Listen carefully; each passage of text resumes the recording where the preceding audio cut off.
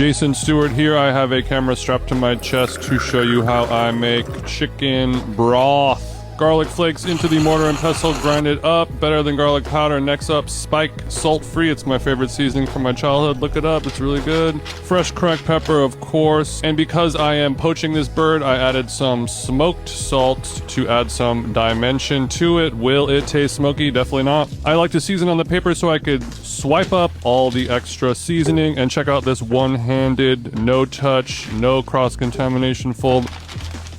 Oh God, I'm good. Into the fridge for an hour, up to 1 day. Pull it out. Carrots go into your big pot. And whatever else you have in the fridge. I've got some leeks. I got some mo leeks, green onions, ginger, garlic, and bay leaves. Followed by your chicken. The backbone goes in first because it's never coming out. Breasts, thighs, legs, and wings on top. And cover it with clean, delicious, and expensive water. High heat on the stove and bring it to a boil, lid off. While you're waiting, fix that lid of yours. It's feeling floppy. Now look at this photo of a guy whose calculator is really dirty from Trader Joe's. Pretty nasty, but he is saving money. When it's about to boil, skim the scum on top and add your peppercorns after you skim so you don't skim your corns. Lid goes on, but this lid is kind of a bitch-ass lid. If you have the same lid but in cast iron, throw it on there, less steam, less evaporation. Pull it off after 1 hour of poaching with the heat off. Everyone comes out, and then the nasty part of separating the skin from the chicken, and then yes, we are going to put it straight down onto the Breville or whatever thingy you have, like this. 15 minutes later, we've got some delicious fried chicken skin jerky chip thingies, and the worst part about it, the best thing to put on it is everything bagel seasoning. I apologize in advance, but it is just that good. You could take your leftover broth, make a little congee out of it, arroz caldo, however you want to do it, and scrunch up some chips on top. That is delicious. I would recommend using a knife, not your hands, and even Bean likes it. Jason here. I have a camera strapped to my chest, and I am leaning like a cholo to show you how I make a charcuterie tart. Let's go. Into a food processor, your favorite gluten-free cracker, some almonds, unsalted. Give it a blitz. My thingy broke, so use your hand. You want a fine powder, but not almond butter. Let's dump it and add some melted butter.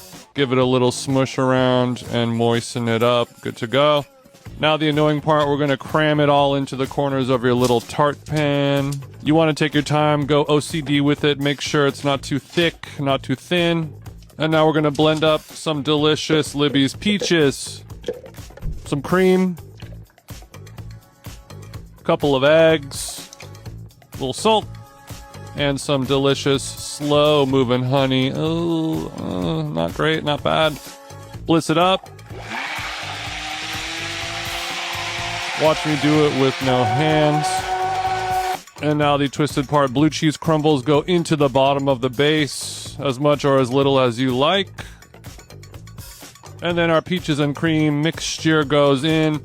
If you have a blowtorch those bubbles. If you don't, like me, then whatever, it'll be okay. Pull it out of your oven after 45 minutes at 300. And while we let it rest, the rest of your peaches go in. A little Pimm's, top of the morning. Blitz that up again. And now we have a little bit of a boozy sauce that is sweet and sour to pair with our tart.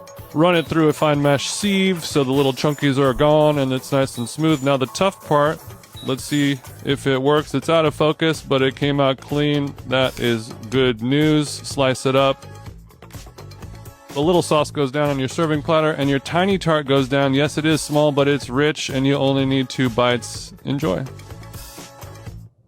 Super Bowl is here. We have to do green stuff, not red stuff. That's why I have a camera strapped to my chest to make green wings oven baked in the style of Alton Brown. Grab some garlic flakes into a mortar and pestle, salt and pepper. When you do it at home, actually just do the garlic first. It's easier to grind that way. And this will be our dry rub for our wings, as well as something else. Get our glove on, toss them up.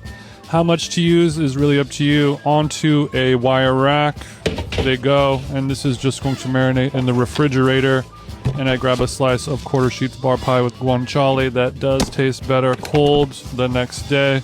No shade. An hour in the fridge, they come out for a lemon bath. Squeeze it good.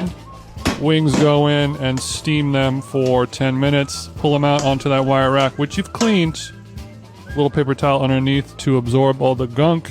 This goes back into the fridge for another hour. Pull them out. Replace your paper towel with parchment paper in the oven. 425 for 20 minutes. Give them a little rotation. It is very hot. You could use tongs if you want. Back in the oven for another 20 minutes. We've got Gringo Bandito. It is the singer of Offspring's hot sauce. It tastes okay. It is looking brown, so 1 drop of green food coloring goes in there. Come and take it, RFK. I'm also cooking some broccoli soup in the style of Harley Pasternak. Double green dinner. Wings are now done and crispy. Last one. Oh, he's tricky. Green sludge sauce goes on top. We gotta support our Eagles. Dip it into our ranch dressing that we made with labneh. The rest of that dry rub mixture, dill, and parsley. Yummy. Jason Stewart here. I have a camera strapped to my chest to show you how to make Korean short ribs. Get your short ribs and cover them in water. This is going to soak all the blood and weird stuff out and little bones. When you are drying your green onions, make sure you have them in the right position to shoot the water out of the little holes. Cut up your onion, drop it in the blender. Dark soy sauce goes in, brown sugar, mirin, as well as some sesame oil, few drops, ginger and garlic go in, and some more of that water, little black pepper and some canned pears. Add that perfect sweetness and digestive enzyme. In we go into the blender, zap it up, and into our little plastic box so you could see it in the refrigerator like a cool person would do. Short ribs go in, more sauce, more short ribs, like a nice little lasagna full of meat. The leftover juices go into the freezer for next time. Pull them out, slide all that juice off of it, looking very sexy, and then onto a very hot grill. All on one side, they go down. Flip them, toss them, get some char on them. When they are getting too burnt, pull them off to the side. Always use scissors to cut them up. Serve with a little salad on the side, some perilla leaf, green onion, sesame seeds.